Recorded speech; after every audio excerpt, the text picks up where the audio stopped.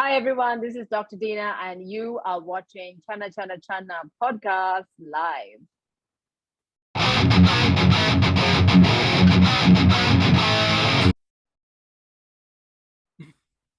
Hi everyone, welcome to another episode of my podcast. We have very special guest today joining all the way from Colombo, Sri Lanka. We got Dr. Dheena Sadik joining the podcast. Hi, Dr. Dheena. Hi Channa Channa Channa, it's so good to see you. How's it going? I'm good. How about you?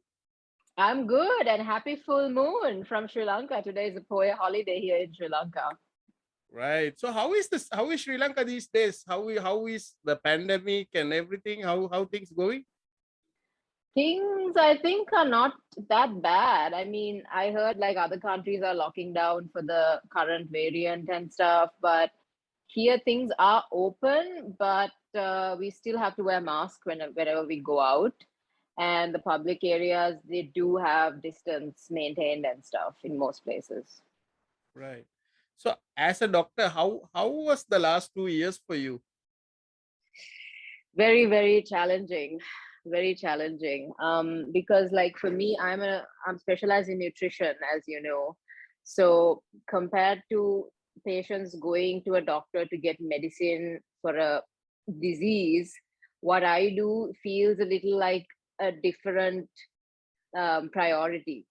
It's not the same as somebody getting sick and who needs urgent medicine. In my case, what I do, I mean, we'll get into it a bit later.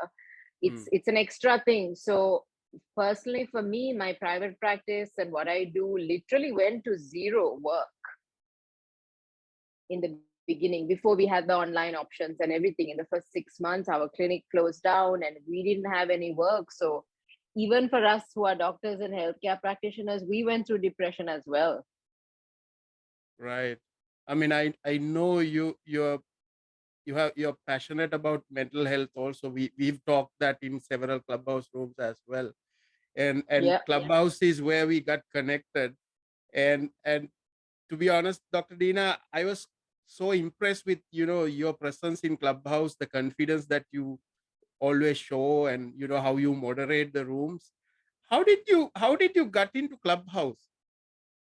So it's a funny story. Last April 2021, I attended a boot camp, online boot camp. It was during our, I think, second or third, during our lockdown, during our first lockdown. I attended a boot camp by Grant Cardone. I'm sure you know Grant Cardone. Right. And it was a 3-day boot camp. And in that, they had the breakout rooms on Zoom. So in one of those rooms, somebody mentioned if you can actually talk to Grant Cardone. He's very active, and I'm a huge like fan, and he's like a mentor to me. So that was the first time I heard about it. But still, the Android 4 at that time was not able to get in around Right. April. So I was waiting for it, and I had also got an invite. Back then, we needed a special invitation from a user. So then in May, when soon as the Androids were allowed, I immediately joined. And at that time, like I thought I was the only Sri Lankan on the app. Right. Like, because I didn't know anybody, because before I came across that whole circle of Sri Lankans, I was like an isolated, lone Sri Lankan, like looking around, and I was just mostly in the American and some of the British rooms. And then I think after almost 2 to 3 weeks, I came across the Sri Lankan room with like hundreds of Sri Lankans. And that's how I met so many of you as well through the room. Right. Right. What do you like about Clubhouse, Dr. Deena? Oh, what I loved about it to begin with is that you don't have to worry about how you look. You Right. can, especially being a woman, like we are very conscious to be camera ready, right? So we can be in our pajamas, we can be in our rags at home, doesn't matter. We can be a mess, like without having gone to the salon or whatever. But still, you can tap into it. You can talk to people from around the world, and you can express how you feel. And for me, having been a speaker now for, I guess, almost over 20 years, this was amazing because it kind of cut out all the previous steps before you get on a stage, right? Before Right. Clubhouse. if you want to go to a corporate event or speak at any event, you have to first be known. Then you have to speak to the organizers. You have to then like get yourself ready and go there before you get to the stage. And the moment of wanting to speak and get to the stage has so many steps. So with Clubhouse, all of those steps are just eliminated and you get to go and directly speak. So it was like no fuss. That's what I love about it the most. Right. And I also know that you speak many languages, right? So that might be an amazing, because I always see you in like Indian rooms and all these other rooms, right? So how how did you learn so many languages? So it started off like in childhood. I mean, I was born and raised here in Colombo, Sri Lanka. So my second language was Sinhala, right? And I went to a Muslim school in Colombo, so we also learned Arabic. Right. And also because of my background, to understand and read the Quran, we have to know Arabic. So I was able to read and write Arabic and also like speak a little, very basic, very basic. But Sinhala was my second language. We had it 4 to 5 times a week. I could read and write, but my speaking was not so fluent because we don't speak it much at home. We speak in English. Tamil, I could manage a little, like we don't speak it daily, but the grandparents or maybe, relatives, but not like on a daily basis. Then I moved to Pakistan for university after A-levels. And when I went there, I didn't know it was so serious that you have to know this Urdu, because they said the medium of teaching is English. So that's why I went. But soon as I went there, everybody amongst themselves, the students were all speaking in Urdu. And even the teachers in the class, they'll start to speak in English, but they'll remember some example or story and they'll switch to Urdu and they'll forget to switch back to English when teaching. So that's when I knew, like, wow, I mean, I couldn't survive that place unless I learned the language. So I became very, very, what's the word, aggressive to learn it because I had to survive. So I was like walking around with a little notebook in my pocket wherever I went with a pen. And whatever words I heard, I would write it in that. Right. And also I started watching Bollywood movies. So I watched Hindi movies to learn Urdu from that, because Urdu and Hindi are kind of, there is an overlap between the two. So the Bollywood movies luckily uses that overlap version. It's neither classic Hindi nor Urdu, but a fusion. So Right. I would even watch movies without the subtitles there. And I was like writing all these words and coming and asking my friends. By the second or third week, with the Dobi and with the workers, I was speaking broken Urdu. Right. So then the third year came, 3 years of learning Urdu, and I could manage 60, 70%. Then I went to the hospital excited and I'm like, yes, I'm going to practice this because I'm now a clinical student. And I went and said, Aapka naam kya hai? Which means, what is your name? They were not answering. They were just looking at me like lost. And I said, did I say something wrong? I asked my friends. They were like, no, yaar, they don't speak Urdu. They speak Sindhi. I was like, what? Because interior Sindh, like most of the poor patients in the villages, they don't even speak Urdu. They speak the native language of that place, which is Sindhi. Then I had to learn Sindhi. So Sindhi is very difficult actually compared to Urdu, and a few words like similar to Sinhala as well. For example, almari, saban, all these words which come from Sanskrit, I think. So that's how I reached language number 6. And then I finished everything, came back to Sri Lanka after medicine. I started polishing my Sinhala quite late. To be honest, I even improved my Sinhala in Pakistan. Right. Because there were other Sri Lankans, and it was fun to speak among fellow Sri Lankans in Sinhala when you're abroad, you know that feeling, right? Right. So, and then I got into martial arts, kung fu. So then I wanted to learn Mandarin. So kind of recently I went for like Mandarin lessons, but Mandarin is very hard. Malayalam is actually similar to Tamil. So if we understand and can speak Tamil, to some extent you can understand Malayalam as well. And I had that first experience on Clubhouse. Right. Through the Malayali clubs. Yeah, so that's the short version of the languages. Yeah, when you talk about Mandarin, have you seen this video that John Cena is speaking perfect Mandarin? You know who John Cena is, right? Yeah. And he's speaking perfect Mandarin. I mean, I don't know how he actually learned so fast. Wow. I should look into that.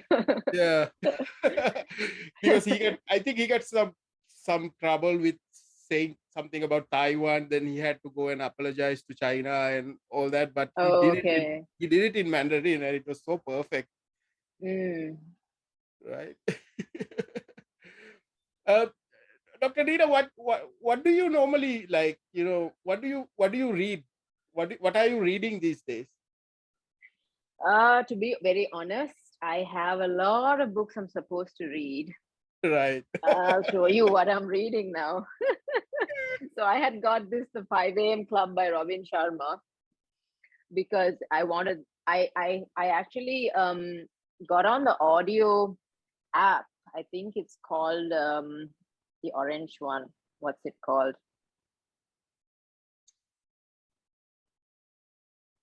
There's an app, SoundCloud, I think. SoundCloud, yeah. The orange one. Yeah. You know, with the orange cloud. I got on that, and then I was just listening to Robin Sharma one day, and I remember this 5 a.m. Club, and I literally got ready in the minute, went to Saraswati bookshop, bought the book and came back. But I think I'm more of a writer, Channa, than reader. Right. So I'm not somebody who would sit cover to cover and read. I think nowadays, because we have so much content on YouTube and like so much available online, even on Instagram and YouTube, sometimes we tend to kind of go down that rabbit hole of watching videos and learning through them. So that takes up quite a bit of our time. But currently I am reading The 5 a.m. Club by Robin Sharma. Right. Tell me about your writing. What's your recent writing, Dr. Dheena? Yeah, currently I'm working on my book.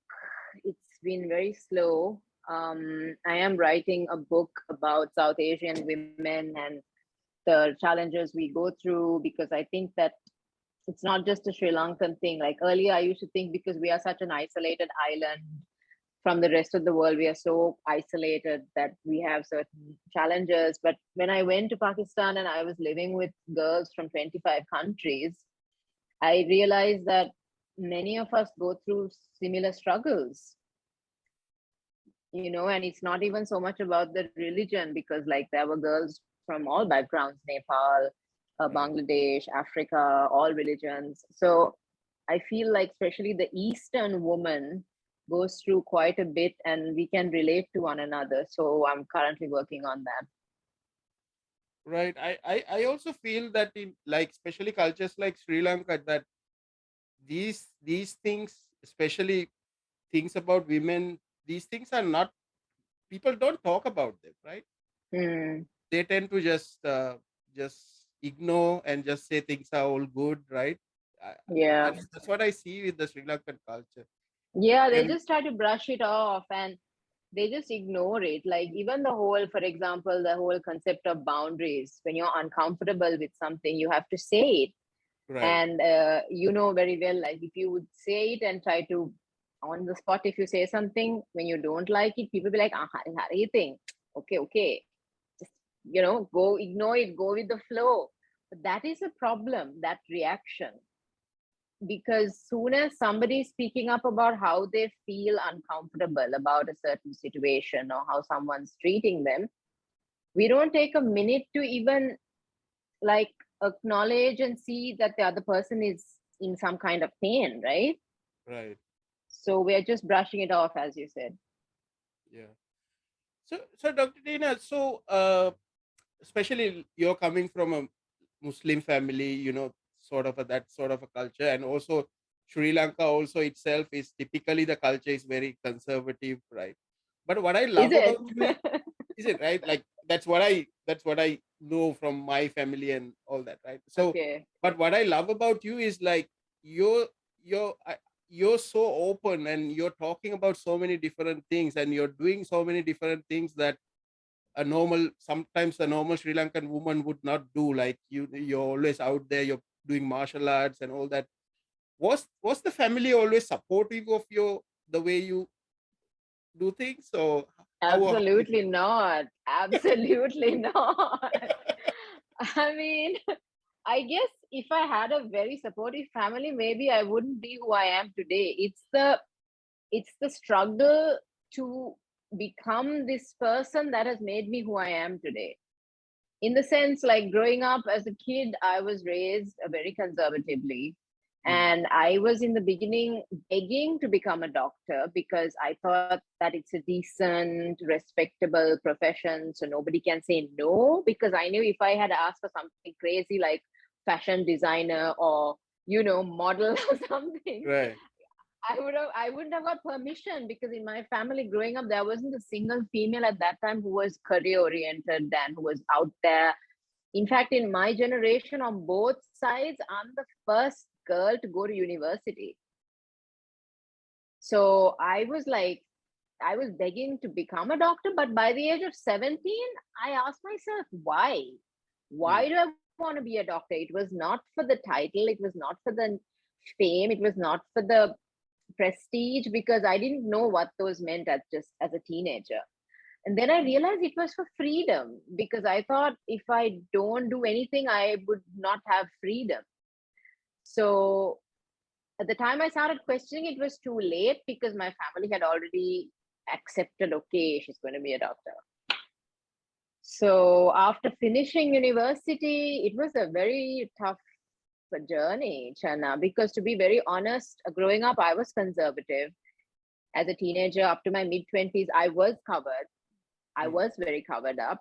And I actually came out of it on my own. Like the more I researched it, I went into it like by myself deep, and I came to my own understanding of what these things meant.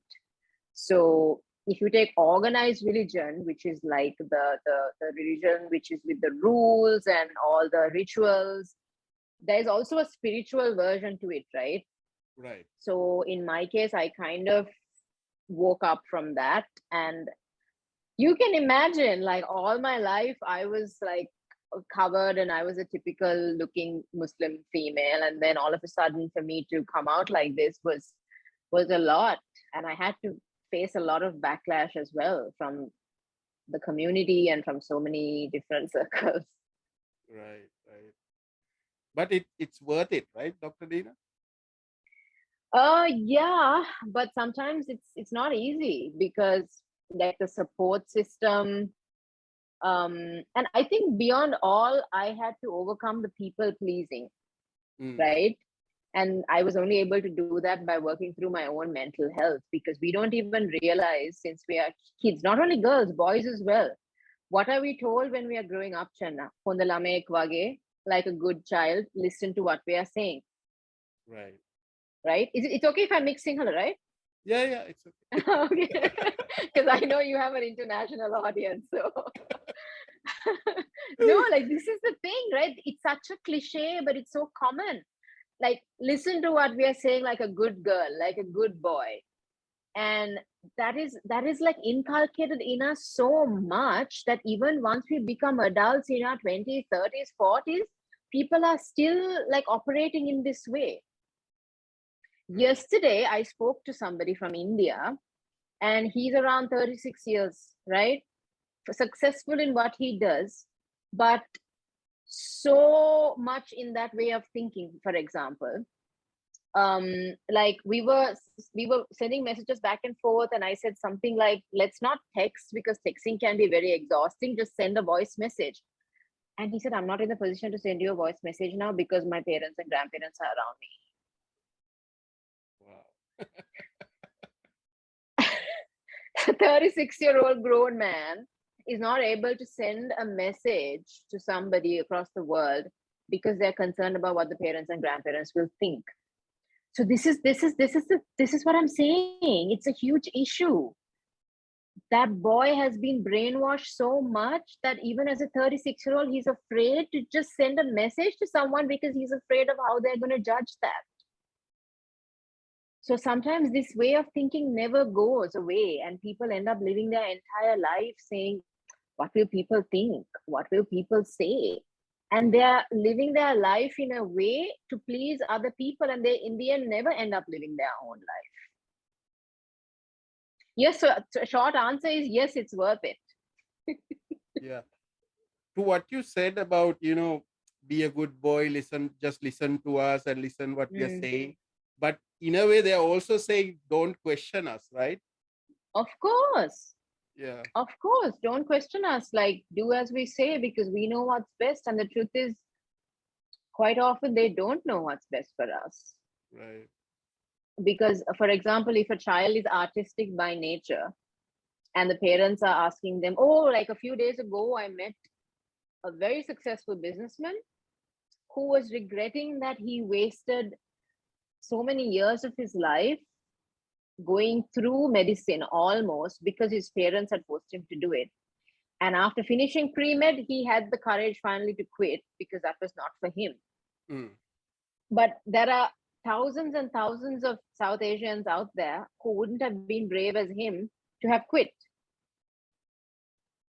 And they would be stuck in a job. I mean, how many people are stuck in jobs that they don't really feel fulfillment? It's not even about happiness, right? It's about feeling like you're making a difference. Right.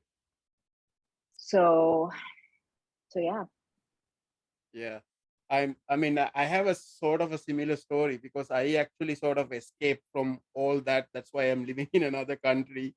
And I sort of, because I was also challenged by my parents most of the time, that they wanted me to do certain things. They wanted me to study certain things, but I always fought back to the best of my abilities. I always fought back. And then and as soon as I became an adult, I decided I have to leave that behind, because that's not really helping me to go where I want to go. So right. Yeah, so it's very personal for me. When you're talking about it, I also feel that, that sort of thing that happened in the past. Yeah.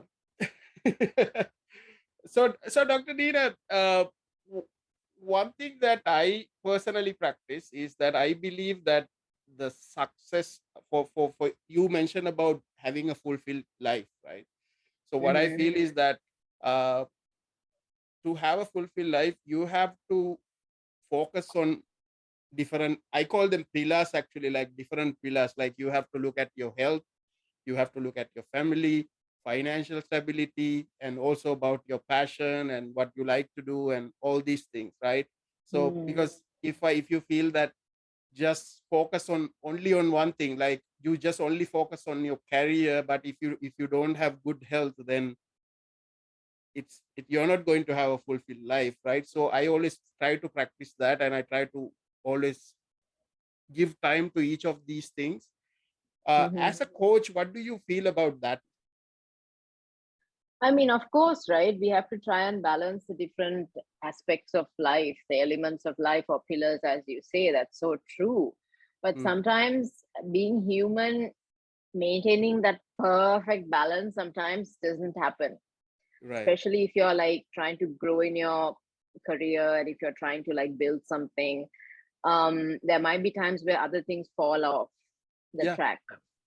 For example, your social life might have to take a back seat if you're focusing on your career.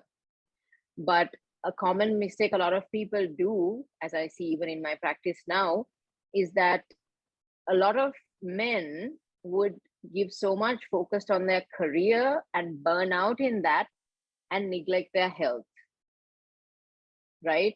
They don't even realize they're gaining weight. They're starting to put on like belly fat, and they're starting to look like a different person. They're depriving themselves of sleep. They don't eat on time. Like automatically over the years that happens, right? Until they finally like might get some kind of disease or health symptoms, and the doctor tells them, look, if you don't do something about this, you are really going to end up in a heart attack.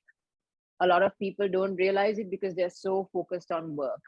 Now, with women, what I see is that can happen, yes, with career-oriented women, but with a lot of mothers especially, they give so much of their time to their kids and maintaining the house and the husband that their health gets neglected. So I think no matter whatever category of people, right, men who are doing entrepreneurial jobs or whatever, corporate jobs, or women who are working or non-working, the whole spectrum of everybody, no matter what we are doing, I think our first priority should be health. Because if we don't, it's crazy. Like, you think that it's just 1 day, 2 day, weeks, months, years, and then before you know it, you become this different person that even you don't recognize anymore. And sometimes it's a bit too late, because when you look around, you realize that so much has been done, and sometimes people want to get back to what they used to be years ago, but the body has changed so much, and it's going to take them a very long time to fix all of those blunders that they did by neglecting themselves. Right. I think I saw one of your posts that you posted, that if you don't focus on fitness, later on you'll have to focus on illness, right? Something like that. Yeah, if you don't give time for wellness, you'll have to give time for the disease. Right. So, Dr. Deena, tell me a little bit about your fitness routine, because I know you're very active on that. So, what sort of activities do you do? Okay, I'll be very honest, right? Like, being somebody in the industry, I can come and now sit and tell you I work out 5 times a week, I stretch, and I can give you the perfect version, Channa. But, but I'm going to keep it real. I'm going to keep it honest with you, because even those who are watching and listening to this right now can be reminded that it's not easy to maintain that consistency, even for us. We can all fall off track. So for me, what happened is, before the pandemic, I had a routine, and then after the pandemic and during, it really disturbed everything. So I'm someone who loves going to the gym, because for me, even though I can do all those workouts by myself at home, because this is something I do instruct others, I like going to that environment and being surrounded by people who are seriously working out. That motivates me. So I like to go to the gym for that reason. And then after around 8 years, or I guess 8 years of working out in the gym, I hit a plateau, because I reached my goals. Okay, so how I got into the gym lifestyle is also interesting. I was just, I think, 24. I had just come back from Pakistan, and I was just making breakfast in the kitchen, and the radio was on, Sri Lankan radio, and they said, I just heard it randomly. They said, what's the craziest thing you're willing to do to win this gym membership? It's a competition. So I heard it and I forgot about it. Then days later, I was cleaning the room and I thought, oh, that's interesting. What is the craziest thing I'm willing to do to win this competition? If you say something creative, you can get a 1-year membership to one of the best gyms at that time. So I called them, gave my answer, and I forgot about it. And then weeks later, it was just 2 days, I think, after my 25th birthday, they called me and said, you are live on TNL. Is this Dr. Deena? I said, yes. What's the craziest thing you're willing to do to win this gym membership? Can you tell us the answer? Can you remember your answer? I said, yeah. I said, I'll go to the grave in the middle of the night. I'll exhume a dead body, and then I will perform a hip hop dance.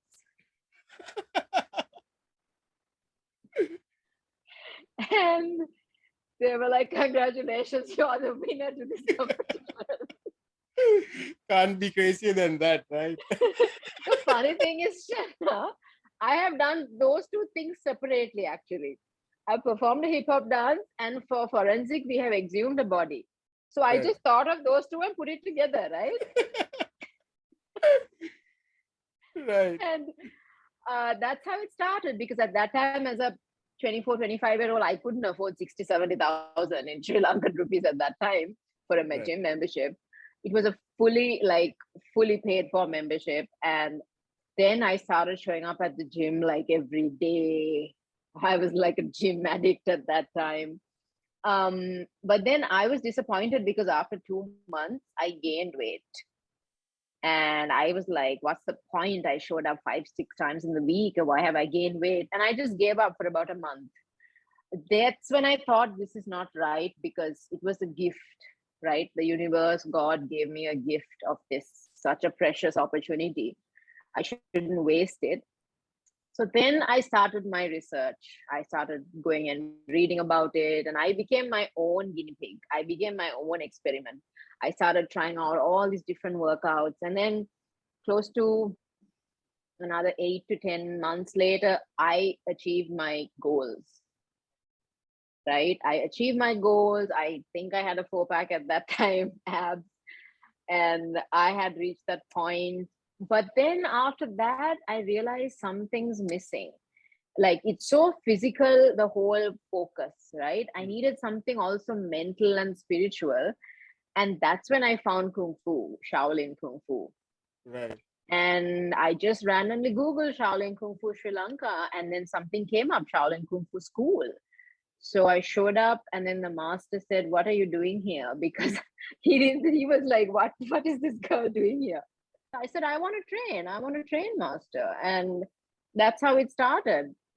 But even then with Kung Fu, after about 6-7 years of Kung Fu, I hit another plateau, because I felt like even though it had a spiritual side to it, I couldn't like free myself, because with every punch, there is a start and an end point.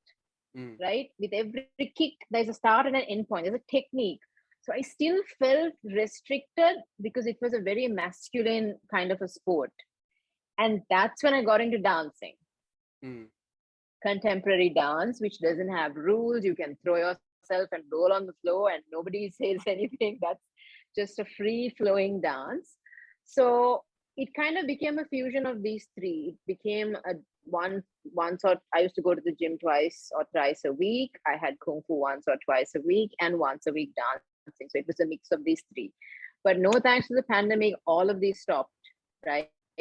So I ended up kind of going off track, gained some weight. So currently now, very slowly, I'm getting back into all of them. Right. Yeah. It's like we've been in this pandemic for almost 2 years, right? So going back, I don't know, it seems hard also to go back to how things were, right? Because a lot of things have changed as well, right? Yes, but the good thing is, if you're somebody who has been doing any kind of fitness, right? The beauty is that there's something called muscle memory, and our muscles remember. But you can't try to cheat it, because that's what happened 2 weeks ago. I got back to the gym and I worked out 6 days of the week, and I ended up getting a good slap, because my back was like, excuse me, you can't like be off for 2 years and then come back and work out 6 days of the week. So even injury is actually a blessing, because it's our body telling us we need to slow down, we need to be more aware of our technique. So we really have to listen to our body. And I think that we can get back to how things were, but we need to give it enough time without just trying to jump to where we had stopped. Right. So, Dr. Dheena, I checked I think today or yesterday, I checked actually your Clubhouse profile once again. And you're almost like 10, you have like 10K followers already, right? Almost, yes. How is it possible? Because, I mean, I spent quite a amount of time in Clubhouse, but I think, it's exponential, your growth on Clubhouse, right? No, but there are people with millions of followers also, Channa. Yeah, I know. But like the Sri Lankan community, I see. Well, I was actually on a break. I was growing. I think it was growing pretty fast, the connections there. And before the new year, maybe around November, I took a long break, and for 2-3 months I was off. Right. So quite a bit of the momentum dropped. And I think one of the reasons is because, as you rightly pointed out in the beginning, the advantage of languages. So I've been in Indian Hindi speaking rooms, Tamil speaking rooms, Malayalam speaking rooms, Pakistani Urdu speaking rooms, American rooms, British rooms, Sri Lankan rooms. So I think that definitely has an advantage as well. Right. So maintaining such an audience and maintaining your profile on Clubhouse and other social media, What do you sort of advise for a person who wants to achieve that sort of success? I think the main thing I would say is don't strive for perfection.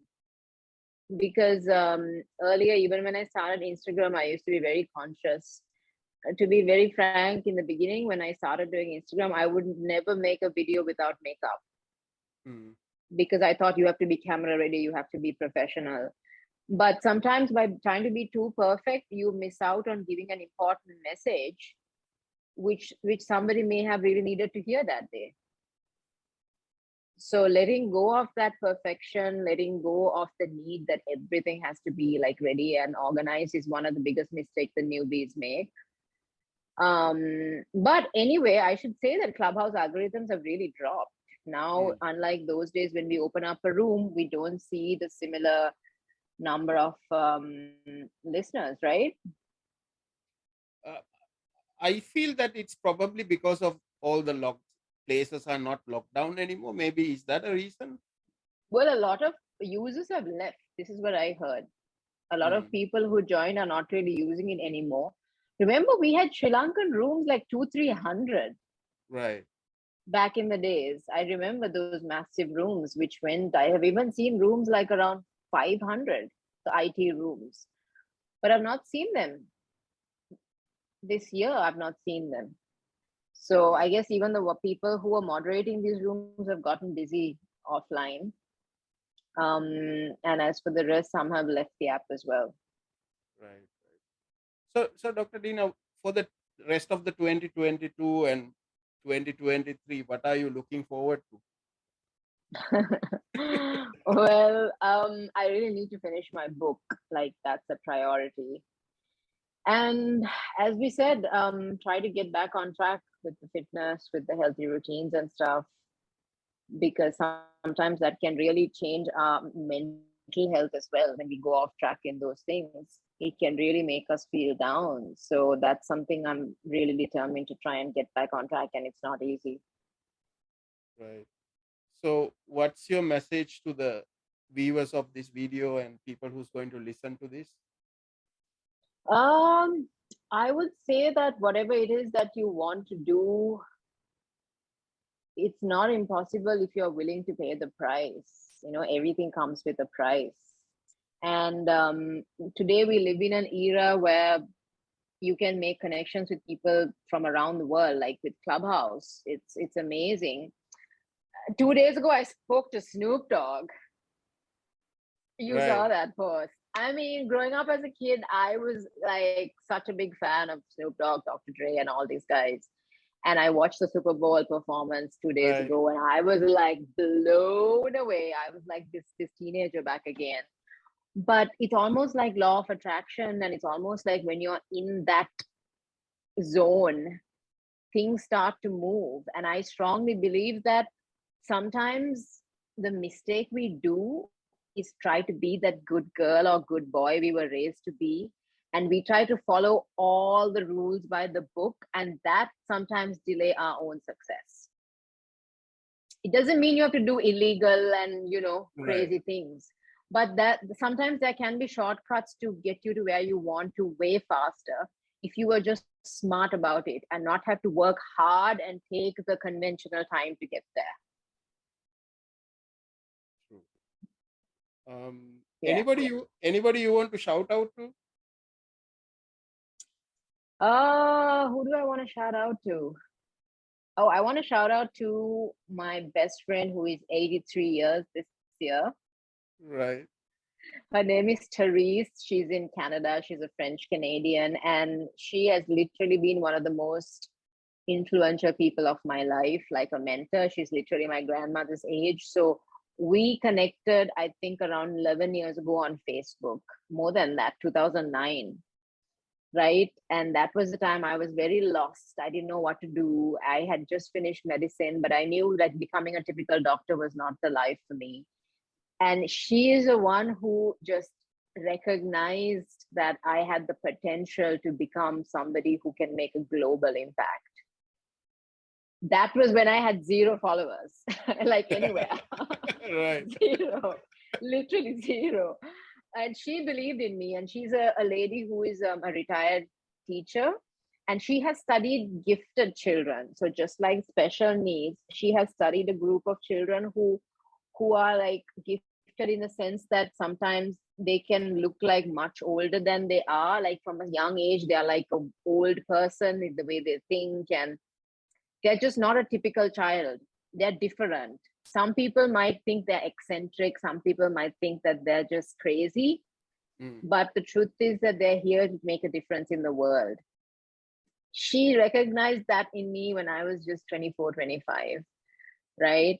And she kept saying it. She called me the Oprah of Sri Lanka. So this was way before Facebook took over. I mean, I also have a public page on Facebook, Twitter, Instagram, Clubhouse. So like before any of that, she's the first person to believe in me. So I really want to thank Therese for believing in me and for always being there. And also when I was going through my spiritual evolution as a mid-20-year-old, you can be very confused, but she was just there by my side like an angel, like a godmother to make me feel like love is all you need. She believes that love and compassion and kindness is the only religion we need in this world. Right. So yeah, she had a huge impact on me.